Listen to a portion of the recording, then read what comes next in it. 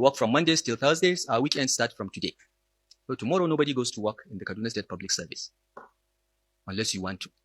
The benefits are that people rest more, they have more family time, they have more leisure time, they spend more money, it's better for the economy.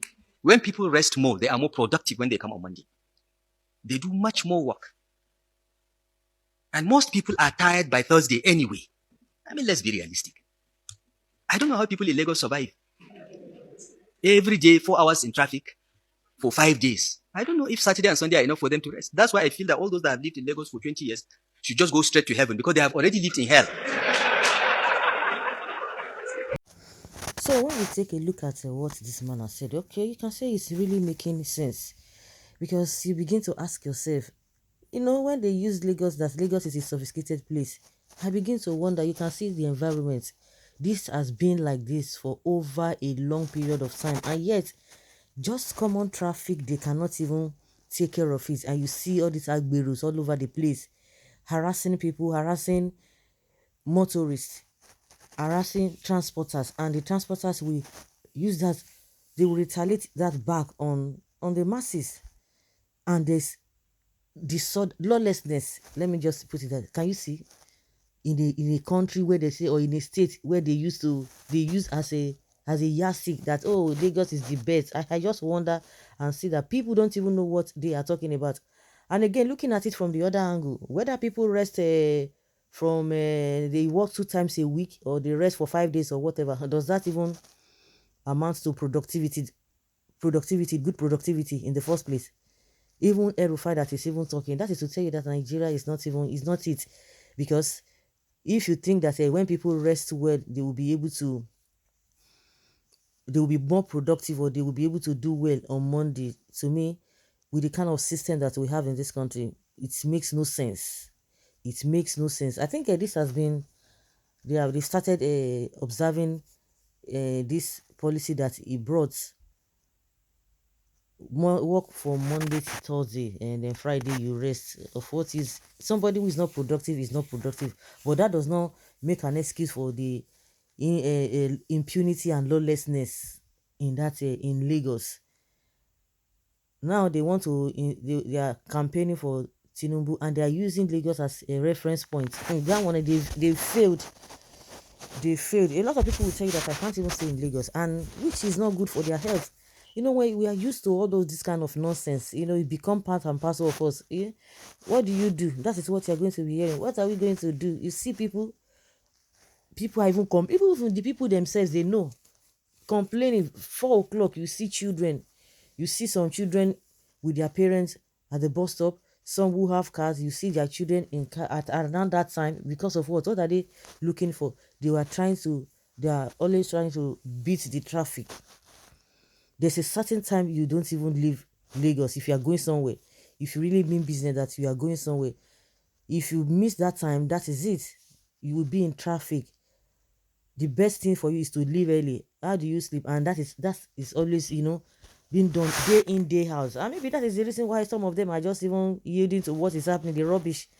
One man is just there constituting rubbish, and they are swallowing it. They will not tell you, go back to your country, go back to your state, as if it's better off. I heard once someone who was talking about they said Lagos is this, Lagos is that. That you forget that all those infrastructure that they have there, Lagos was the headquarter of the country before it was moved to Abuja, and all of those things that were done, all those infrastructure, all those bridges here and there, they were not done by any governor. They were done by the federal government.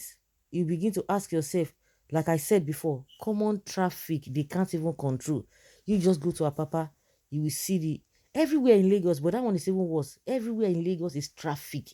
Even those areas that used to be very quiet in that Lagos, now everywhere is jam-packed, everywhere is dirty, everywhere is stinking. We are used to nonsense. You can imagine the kind of traffic. That traffic is every day. And that's why the man is asking, how do people survive? How do people reason? People do not reason well because the stress is too much, coupled with poverty, coupled with impunity, coupled with agbero, coupled with all manner of nonsense. I remember when Ambode was there, he was talking about a smart state. I said, like, seriously? Smart state. They told us that time that oh, Ambody did not do well. Sanwo-Olu has to come in. Now Sanwo-Olu is there.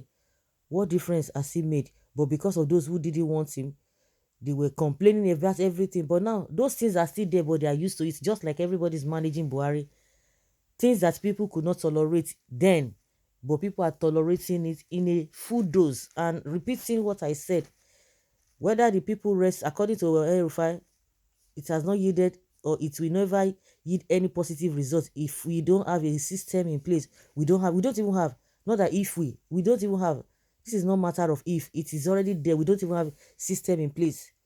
It's the same country that you will hear and see some people, they don't even go to work, especially those local governments. They say some of them go 2 times a week, 3 times a week, once a week, and they will be paid their salary, especially the day salaries will be paid. That's why you see all of them, maybe especially that very week. And we don't have system in place. And you are telling us that the other one is the reason why maybe they will not be productive, or people who rest well will be productive. No, all of them are the same. They will always come to use other people's predicaments to boost their own ego. And people were laughing. You know, while we was talking there, people were laughing. I was just like, what are these people talking? See, you know, everybody will just be laughing, but Lagosians are not even happy with the statement made by Elrufai, that because it's true. Like, you see mental health, but people don't even concentrate on that. People don't even think about that. They will say, I mean, forget. You can imagine, see traffic. It is like that day in, day out. When do they rest? And all these people, they will come out and be talking rubbish that they have done this, they have done that. And now again, they said they're going to close a coal bridge for 6 months. Some people said when they heard that, yes, heard that from the Lagos state government, they are like, their wahala don't start again. Everybody, 4 o'clock, they are on the road. They will stay in traffic for hours. And you begin to ask yourself, what kind of life is that? What kind of life is this? Modern things that they're supposed to do to ease the traffic, they won't do it. It has been like that for 22 years. And they will tell you they want to use Lagos as a yardstick to replicate that rubbish nonsense. A lot of them know that it is nonsense that is happening in that environment. But what would they do?